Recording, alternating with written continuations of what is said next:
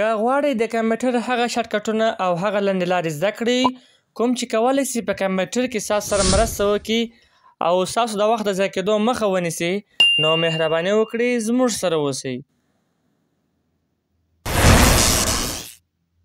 بسم الله الرحمن الرحیم. د ریحان کمپیوټر اکاډمۍ درشه راغلاست درته وایم. نننۍ ویډیو کې غواړم پر دې باندې بحث وکړم کله چې موږ غواړو په کمپیوټر کې هغه زموږ مهم کارونه کوم چې موږ د کمانډ له لارې کوو کولی سو د کیبورډ له لارې فقط د یو څو بټنو په کښېکاږلو سره ترسره کړو تر څو خپل د وخت د ضایع کېدو مخه ونیسو او په کمپیوټر کې ځانونه ماهرین کړو.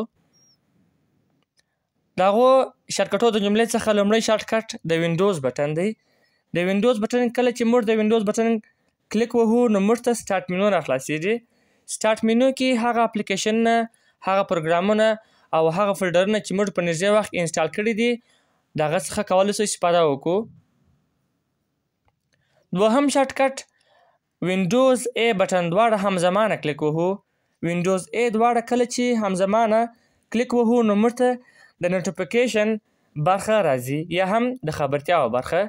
دا هغه برخه ده کوم چې په ټاسک بار کې موجوده ده خو بغیر له دې چې تاسو ټاسک بار ته ولاړ سئ په هغه باندې کلیک ووهئ فقط د وینډوز ای بټن کلیک وهو موږ ته نوټیفیکیشن برخه راخلاصیږي. په دې برخه کې کله چې موږ ته یو وارنینګ راځي یو خبرتیا راځي زموږ واتساپ فیسبوک ته میسیج راځي او یا هم کله چې زموږ یو پروګرام ایکسپایر کیږي یا اپډیټ غواړي دلته موږ ته ښول کیږي. دریم شارټکټ د وینډوز بی ده. موږ په ټاسک بار کې ځینې برخې لرو چې هغه هاید دي پټې دي که چیرې موږ غواړو چې هغه موږ ته شو سي وښول سي نو د کیبورډ څخه وینډوز بی همزمانه کلیک وهو. وګورئ شو هایډن آیکنز هغه آیکنونه چې دلته پټ دي هغه موږ ته شو کوي.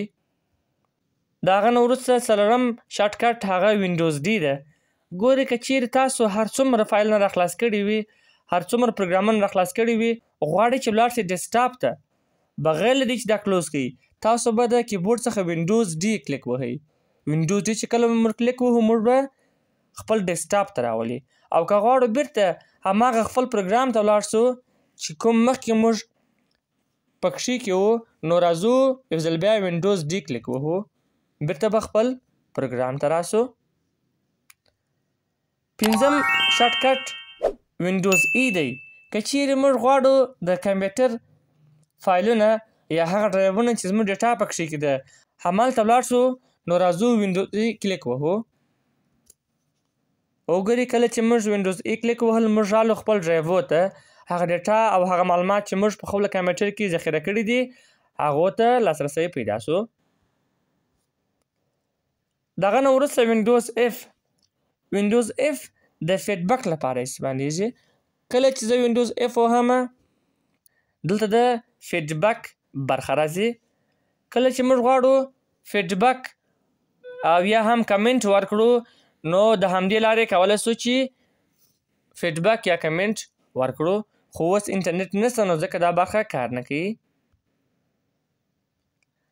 وهمه برخه یا وهم شارټکټ وینډوز جی ده. وینډوز جی موږ ته د ګیم بار برخه راخلاصوي.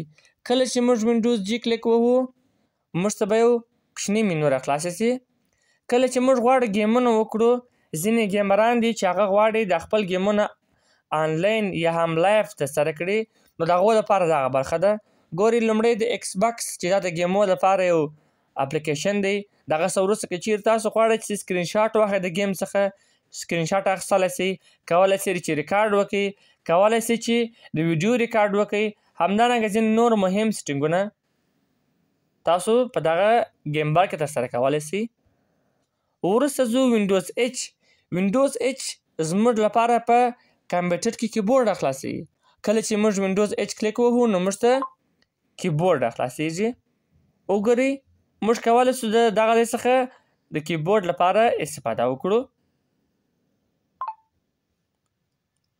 نهم شارټکټ د سیټینګ لپاره دی. کله چې موږ غواړو د کمپیوټر سیټینګ ته ولاړ سو نو موږ به هرومرو یا سرچ کوو او یا به ځو کنټرول پینل ته بیا به سیټینګ پیدا کوو خو موږ کولی سو چې فقط د وینډوز آی په کلیک وهلو سره سیټینګ موږ ته خلاص سي. کله چې وینډوز آی کلیک وهو موږ ته به د وینډوز سیټینګ راخلاصي. وینډوز کې د 10 شارټ کټ دی. کله چې موږ وینډوز کې کلیک وهو نو دلته به موږ ته هغه ډیوایسونه او هغه آلې چې موږ د کمپیوټر سره وصل کړي کنیکټ کړي هغه موږ ته شو کیږي. که هغه د بلوتوث آله وي، که وای فای، که وایرلیس او یا هم بله آله وي. 11 شارټ کټ کله چې موږ غواړو کمپیوټر لاک کړو، کمپیوټر کلپ کړو نو موږ کولی شو چې وینډوز ایل کلیک وهو. کله چې موږ وینډوز ایل کلیک وهو وګورو چې زموږ کمپیوټر زموږ سره لاک یا هم کلفیږي. 12 شارټ کټ وینډوز پی ده. کله چې موږ وینډوز پی کلیک وهو نو موږ لپاره دغسې یو منو راخلاصیږي. که چیرې تاسو غواړئ د خپل کمپیوټر د پروجیکټر او یا هم ایل سی ډي سره وصل کړئ تر څو هغه معلومات د کمپیوټر هغه سکرین چې تاسو وینئ نور یې هم ووینئ نو تاسو به په ډوپلیکیټ باندې کلیک وهئ. کله چې ډوپلیکیټ شو اوس به ستاسو کمپیوټر پر پروجیکټر او یا هم ایل سی ډي باندې شو سي. 14 شارټ کټ وینډوز کیو دی چې دا د سرچ لپاره استعمالیږي. کله چې موږ وینډوز کیو کلیک وهو موږ کولی شو د سرچ له لارې هغه پروګرام، هغه اپلیکیشن یا فولډر چې موږ پکار وي هغه ترلاسه کړو. د مثال په ډول زه پاور پوینټ غواړم، فقط پاور پوینټ کلیک وهم ما ته پاور پوینټ راځي. یا هم زه غواړم چې ورډ پروګرام راخلاص کړم موږ ته ورډ پروګرام راخلاصوي. چې تاسو هر پروګرام راخلاصوئ هغه دلته فقط سرچ کړئ تر څو تاسو هغه پروګرام په اسانۍ سره راخلاص کړئ. 14 شارټ کټ وینډوز آر دی.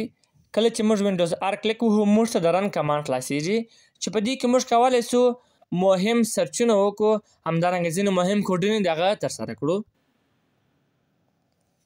15 شارټ کټ وینډوز ایس دی. دا هم د سرچ لپاره استعمالیږي.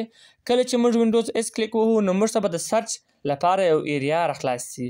په دې کې موږ کولی شو لکه څنګه چې مخکې یادورې ورکړله چې دا او هغه برخه یوه برخه ده. کولی شو دلته چې هر پروګرام مو پکار وي هماغه پروګرام راخلاص کړو.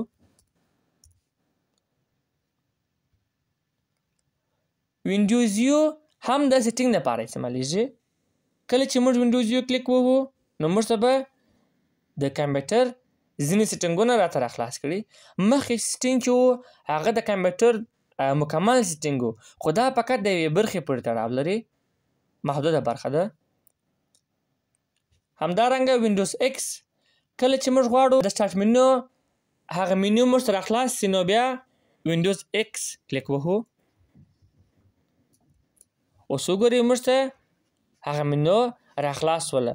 په دې ځای کې موږ کولی شو چې پاور آپشن څخه ځینې نشان انتخاب کړو یا هم ډیسکټاپ ته ولاړ شو د رن کمانډ خلاص کړو یا ټاسک منیجر ته ولاړ شو.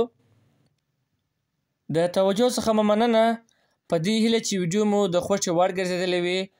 که مو چیرې ویډیو د خوښې وړ ګرځېدلی وي نو مهرباني وکړئ زموږ د فیسبوک پیج او همدارنګه زموږ د یوټیوب چینل چې په همدې نامه دی هغه درسره سبسکرایب کړئ تر څو زموږ د نوو ویډیوګانو څخه ژر تر ژره خبر شئ. که چیرې تاسو په کمپیوټر کې هره ستونزه لرئ نو مهرباني وکړئ هغه په کمنټ کې له موږ سره شریکه کړئ تر څو موږ په هغه باندې تاسو ته ویډیو جوړ کړو او حل لارې تاسو ته په لاس درکړو.